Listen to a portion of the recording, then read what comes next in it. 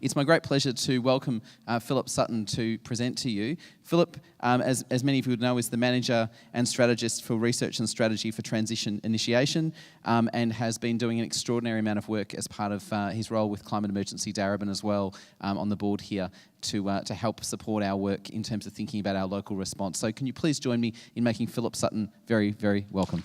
Okay, thank you very much.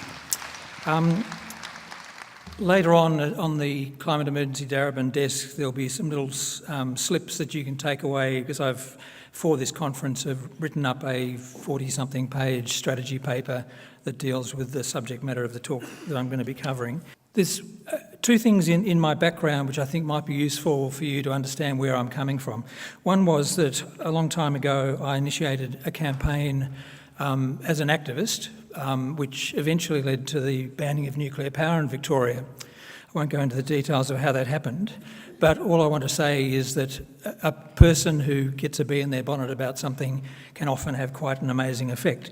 And so that was one thing which I stimulated an initiative, and somebody else followed it up. So somebody else developed the legislation and passed it and all the rest of it.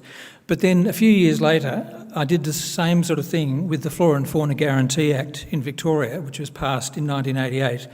And that was something where literally I used to go along to conservation group meetings and hear people agonising about the situation. And I thought, wouldn't it be great if we could have an Act of Parliament that would guarantee the survival of our species? So that Act of Parliament was passed in 1988. And then I worked on the implementation in the government. So I've been on both sides of the fence, if you like. The topic of this talk is how do we actually craft an effective climate emergency response? Now, that's probably how I'd say it if I was inside government, but what I'd probably say to us here is, how do we make people wake up, and how do we trigger the climate emergency action ourselves, not waiting for somebody else to do it, not waiting for some unknown process to sort of eventually reach a critical mass, but how do we actually deliberately and consciously trigger that? And that's what I'd like to sort of throw a few hints out about through this talk. One of the crucial things about the climate issue is that we're actually discovering it for the second time. So the first time was pretty slow. It took 100 years or so from Fourier in the early 1800s, and then through to Arrhenius in the late 1800s, and then to, Tyndall in the, whatever it was, early 1900s or whatever, and then Keeling in 1957. But the thing was that it was all a theory. And so therefore, trying to do something about the problem was always a really practical concern for the people whose industries would change. And it was a theoretical thing from a scientific point of view, and you can see which way the balance would go.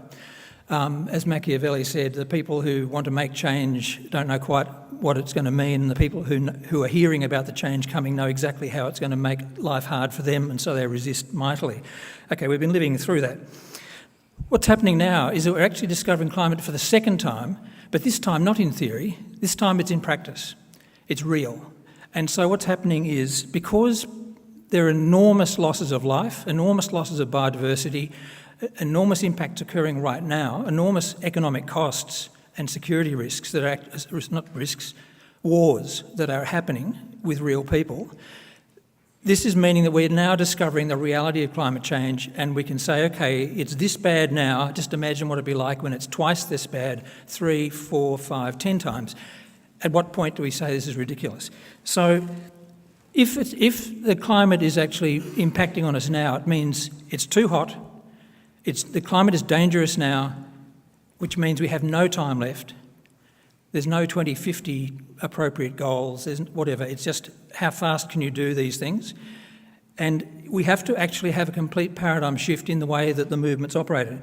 Because it's taken a generation for people to work on this, so that the international agreement, the Framework Convention, was put in place in, 1992?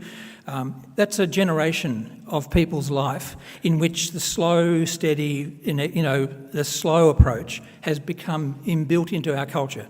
So right now, we have to actually break that paradigm And you can't wait for a paradigm to be broken, you have to break it. You have to go out and break it. So that's another part of what this talks about.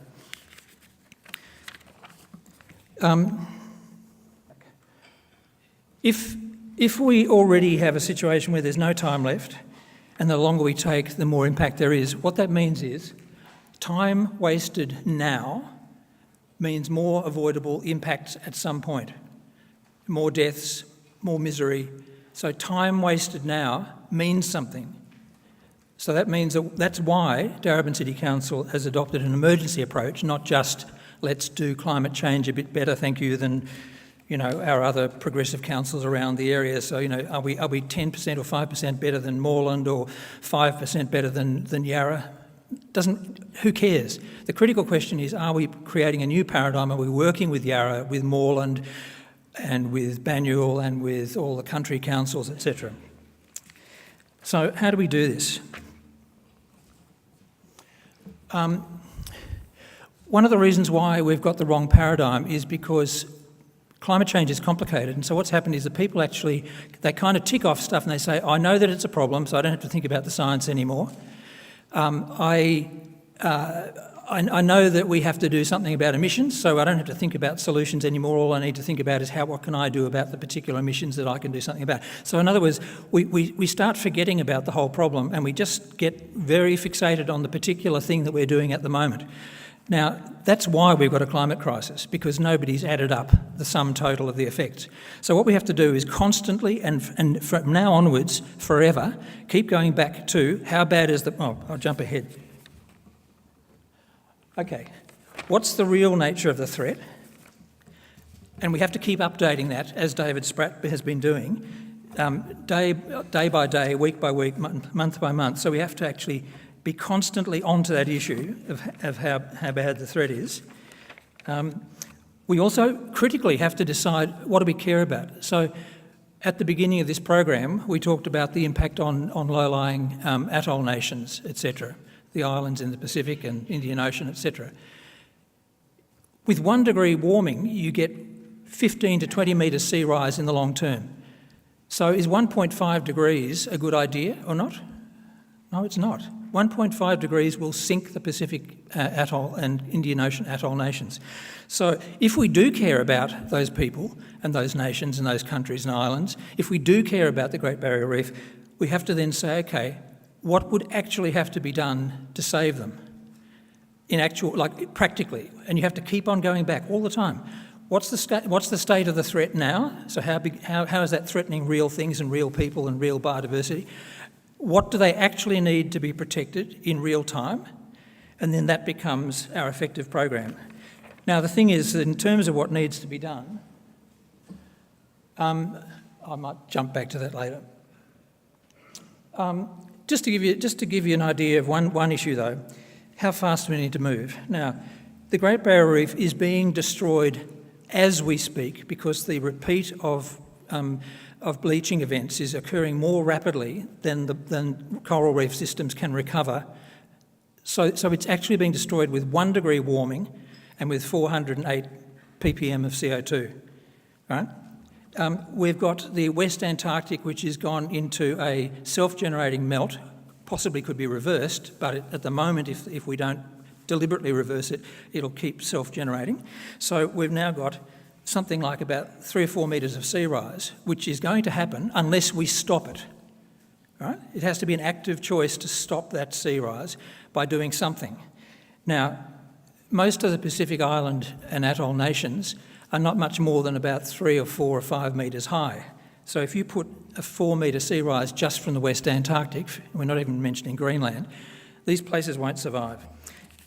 The Southern Ocean will get so acidic in 10 years that the ecosystems will break down. So the critical thing here is the 10-year factor. We're also about 10 years away from hitting 1.5, which is about the temperature that would melt all the permafrost, which puts up about 3 times as much carbon as the fossil fuels have already. The reason for mentioning that is not to repeat David Spratt's presentation, but to remind us of the timing. So in other words, we're in project management mode. We've decided who we care about. We've decided that we will do something about it that will provide maximum protection. and now we're going to develop an action program to deliver that. And so we have to constantly have in mind what would it take to protect and how fast do we have to do it. So we already know that we're talking about something pretty amazing. Now, what would we have to do to actually, what would we have to do to protect all the things that are threatened? The first thing is, and this is part of the business about rediscovering climate as it now is, most of you would automatically say the first thing to do is to stop emissions. And I'm not saying you're wrong. Sorry, the first bit is an interesting question. It's critical to eliminate emissions, right? Because if you've got a big problem, you don't keep making it worse.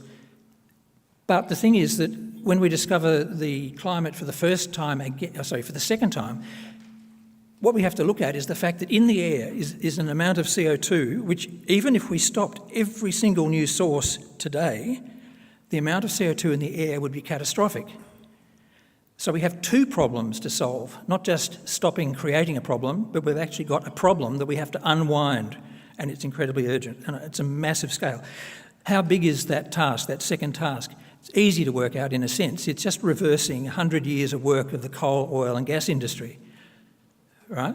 So it's not a small thing. And we just have to invent a new industry or set of industries that can actually take that CO2 out of the air. So we've got two things to do. We've got to take all the excess CO2 out of the air. We've got to go to zero emissions immediately, because if we're taking CO2 out of the air, why the hell are we putting more in? Just madness. And then the other thing, and there'll be a bit of indrawn breath at this point, we need to really look very seriously at the reflection side of the equation. The natural system we get the temperature we get because there's sunlight coming into the Earth. It hits on various things, and some of it bounces back to space, bounces back from ice sheets, it bounces back from clouds.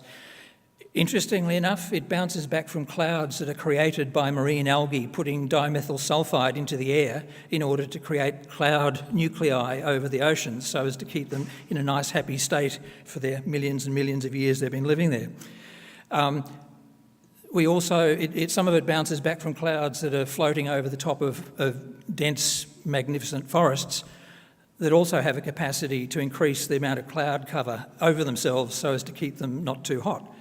So the natural system is a mixture of energy coming in, greenhouse gases that we need so we don't get too cold, and also the reflection of energy. And then eventually, of course, the high-grade energy coming in changes to low-grade, low-frequency energy, and then it kind of radiates as black heat back out to space.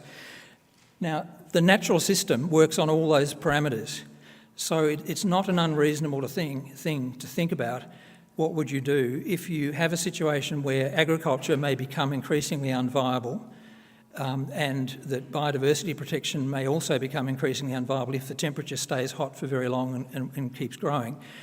We have to look very seriously at whether the solar reflection methods can be used as a temporary band-aid to give us some chance so that we can get on with the job of getting all the CO2 that's excess out of the air and to get to zero emissions at an emergency wartime speed. So these are not choices. This is not a case of saying forget about zero emissions and forget about drawdown and then just do this technical fix.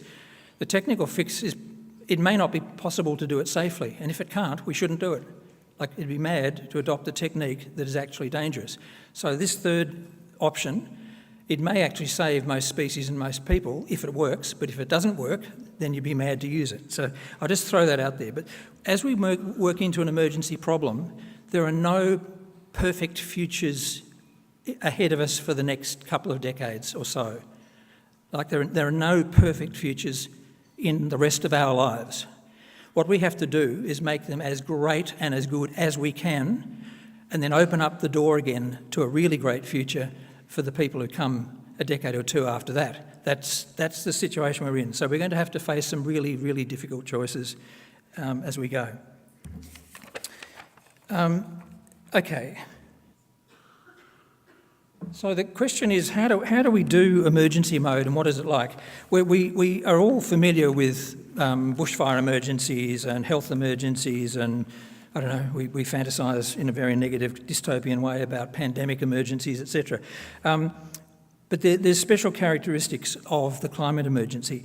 One is, unlike a lot of emergencies, it's not so much that we're trying to pick up the pieces after the disaster. I mean, we'll get our disasters all right, but we're trying to prevent 90% of the disasters that could happen, and we'll pick up the 10% that we miss if we have to. I mean, if they happen.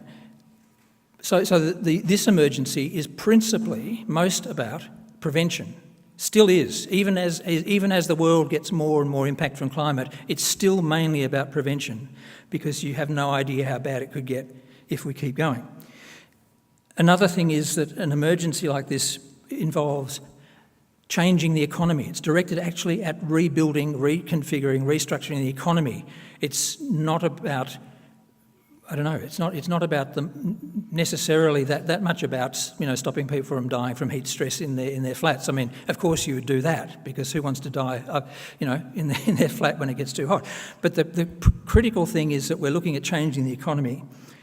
The other thing is that the speed of action. This is a kind of a long emergency. It's going to be longer than a few days. It's going to be longer than a few months. It's probably it'd probably be hard to see it being less than 6, 7, 8, 10 years. But the thing is that people actually don't like living in emergencies forever. And so we don't want a super long emergency. We want to actually get this thing done so we can get back to a kind of a normal life. When I say normal, like, you don't want to have to live in World War II for the rest of your life. And also it's complex. And as soon as we start talking about complex things, we sort of think, well, how can we manage that? But we do. Humans do amazing things. We are capable of doing the most complex activities. And what we do is we set up organisations, we set up structures, and we populate these structures with people, and we identify jobs to do, and we identify what we'll do and what somebody else will do and all the rest of it. It's project management. And on this sort of scale, it's program management. And it's something that people do all the time in society. It's a question of whether we apply these skills to this problem or just leave all those skills lying completely untouched. One of the things that I found extremely useful in thinking about this issue is to look at the history of other periods, the fast economic change periods, World War II, etc. So I'd recommend that if anybody really wants to get into figuring out how to actually manage this problem, that they might like to do a bit of reading in that area. Now, in the couple of minutes that I've got left, which is literally how much time, where do you start? We know just from recent events that we don't start with the federal government. Not because it wouldn't be a great place to start if they took on the job, it's just not going to happen with them right now, okay? You've got 8 states and territories. That gives you more chance of finding a place where something might start, but that's still tricky. Fossil fuel industry has got its claws into lots of places. South Australia, ACT, Tasmania might be good starting points, but we don't live in those places. But there are 537 local governments, and if there aren't some places around in every state and every territory where this thing could take off straight away, then it would be just amazing. And what do you know? In fact, there is a place already in Victoria that has taken off, and it's been going since late 2016. So we're going to have to do this weird thing of starting from the bottom to grow something that has to be a national movement and an international movement. So what do we do to achieve that? One of the ways of thinking about it that we've developed for our own internal purposes, when I say we in this particular case, I'm dropping my RSTI hat and I'm now picking up my climate emergency Darebin hat. And what we're thinking is, okay, we've got, we've got 2 jobs. We've got one job which is to deliver solutions in our community, the same as any other local government or any other local community would have. But because we're early movers and because we actually care about the issue and because nobody else is on the job particularly at the moment, we've decided, we've self-appointed ourselves, if you like, ourselves individually, the council, self-appointed ourselves to take on the job of delivering a climate emergency response globally. So how does a local government do that? First of all, it has to secure its local mandate, so it's a downwards activity engaging with the community, has to do enough so that people don't think that we're talking rubbish and just talking platitudes and it's all talk, strategy and no real stuff. But the really weird thing is that for an early mover council, let's say we devoted every spare dollar right now to delivering the solutions physically to zero emissions, excess CO2 out of the air, whatever, we could easily end up in a situation where there's actually no effort going into getting more councils involved, getting more communities involved, spreading it laterally across the world. We've now got 5 million people in America who are on the process of a pathway to do what Darebin's doing. And so we need to spread our engagement and create a pack of people sideways who can be involved. We need to also do inwards work, which means improving our own understanding, our own capacity and our capability. And then upwards, we have to push this up, of course, eventually with the support of communities all across the country and with their councils and with the state, and then to the state governments and territory governments and then the federal government and internationally. So that's what we need to do. One of the things that I found really fascinating in the World War II situation was that the problem was recognised as being so serious by everybody, no matter who you were, which country, for whatever reason. War is very, very serious for everybody, very, very terrible. But what happened was that people would volunteer to do real jobs.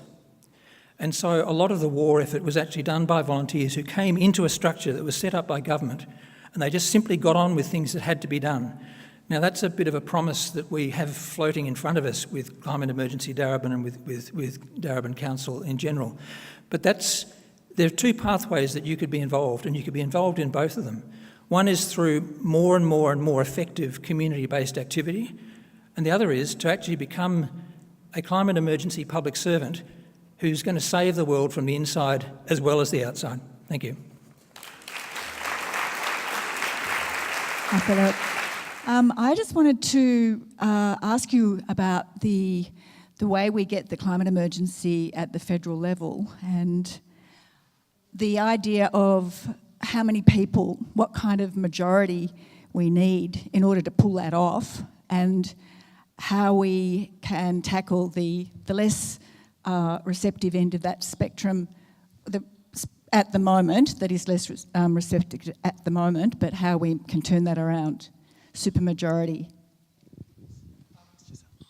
In the Second World War, they were able to transform the economy within 12 months from consumerism across to this other purpose. We don't want to copy the other purpose. Our job is to save lives, not to destroy them. But what happened was that the reason why governments could do so much, no matter what their politics, whether they were Tory Britain under Churchill or Menzies, Liberal, United Australia Party under Menzies in Australia or wherever, people would adopt this approach because it worked. It pragmatically would work. And people were able to do that because they were actually they were shit scared, and that they thought that if the government was on the job, then they had some hope that something less terrible might come out of it. And so this spread right across the political spectrum. It wasn't none of these efforts were left-right related. Everybody was involved. Politics was not obliterated. It wasn't abolished. There were elections. Governments were won and lost. Menzies lost. Chifley came in, or Curtin, I should say. So politics goes on, but to do this big change, you need a supermajority of strong support. And that means you've got to build up to the point where over 80, 90% of people support what's going on. In Wagga, a 30% swing against the current government has just put in place an independent, non-Labor Party person who is pro-renewables and pro-climate action. So that this... Don't assume that we can't get most people on side. We should be able to get 70 to 80% of people strongly on side, regardless of their normal politics, because this is all about life and what we care about. Thank you so much, Philip. Big round of applause for Philip Sutton.